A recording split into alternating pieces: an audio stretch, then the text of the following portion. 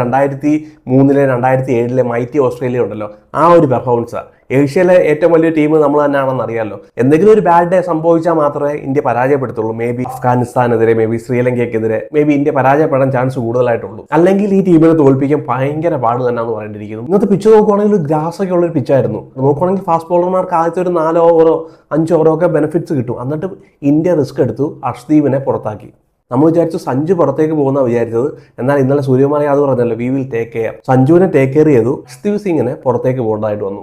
അർഷ്ദീപ് സിംഗിനെതിരെ നോക്കുവാണെങ്കിൽ കാണിക്കുന്നത് അനീതി എന്ന് പറയണം. അല്ല, എന്നാ ചെയ്യാൻ, ടെസ്റ്റ് കളിക്കാൻ കൊണ്ടുപോയി, ടെസ്റ്റിൽ ഇടവില്ല. ചാമ്പ്യൻസ് ട്രോഫി കളിപ്പിക്കാൻ വേണ്ടി കൊണ്ടുപോയി, ആ പാവത്തിനെ കളിപ്പിച്ചില്ല. ആണ്ടെ ഏഷ്യ കപ്പ് കളിക്കാൻ പോയി, ആദ്യത്തെ കളി തന്നെ പുറത്തിരുത്തി. ഏകദേശം ടീം സെറ്റാണെന്ന് തോന്നുന്നു. ഇതേ ഒരു ടീമുമായിട്ട് തന്നെ ഇന്ത്യ കളിക്കാനുള്ള എല്ലാ ചാൻസും കാണുന്നു. ഇന്ത്യക്ക് 8 വരെ ബാറ്റിംഗ് വേണം. 8ാമത്തെ ആള് ബോളിംഗ് ചെയ്യണം, ബാറ്റിംഗ് ചെയ്യണം. ശിവൻ ദുബെ പറ്റിയ ഒരാളാണ്. ആ ഒരു പെർഫോമൻസ് ശിവൻ ദുബെ ഒന്ന് കാഴ്ചവെച്ചു. എല്ലാ ദിവസവും ഇത് വർക്കൗട്ട് ആവുമോ? എല്ലാ ദിവസവും ബോളർമാർക്ക് ഇതുപോലെ വിക്കറ്റ് കിട്ടുമോ? എല്ലാ ദിവസവും UAE ആയിരിക്കത്തില്ല, അടുത്ത കളി പാകിസ്ഥാൻ ആയിരിക്കാം. അത് കഴിഞ്ഞാൽ അല്ലെങ്കിൽ സൂപ്പർ ഫോറിനകത്ത് നോക്കുവാണെങ്കിൽ ശ്രീലങ്ക വരാം, അഫ്ഗാനിസ്ഥാൻ വരാം, ബംഗ്ലാദേശ് വരാം. സോ ഏത് ടീം വേണമെങ്കിലും വരാം. സോ നോക്കുവാണെങ്കിൽ ഒരു റിസ്ക് ആണ്. ഇപ്പോൾ ബുംറയ്ക്ക് എല്ലാ കളിയിലും വന്ന് വിക്കറ്റ് എടുക്കാൻ പറ്റുമോ? ഇപ്പോൾ നോക്കിക്കേ, ഫസ്റ്റ് ഓവറിൽ തന്നെ ഹാർദിക് പാണ്ഡ്യ 10 റൺസ് വഴങ്ങി. 2ാമത്തെ ഓവറിൽ എനിക്ക് തോന്നുന്നു ബുംറയും 10 റൺസ് വഴങ്ങും. ഇന്നാണ് അവിടെ ഒരു വിക്കറ്റ് കിട്ടിയത്.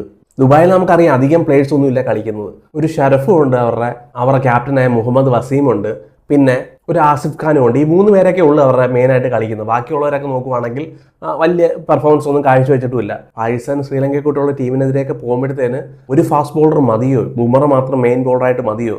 ഹാർദിക് പാണ്ഡ്യക്ക് അടിയുള്ളൂ, അടി കൊള്ളത്തില്ല, അല്ലെങ്കിൽ ബുംറയ്ക്ക് അടിയുള്ളൂ, അടി കൊള്ളത്തില്ല എന്ന് അറിയത്തില്ല. നോക്കുവാണെങ്കിൽ ഒരു ആദ്യത്തെ 4 ഓവർ എന്തായാലും ബെനിഫിറ്റ്സ് കിട്ടുന്ന ഒരു പിച്ച് തന്നെയാണ്.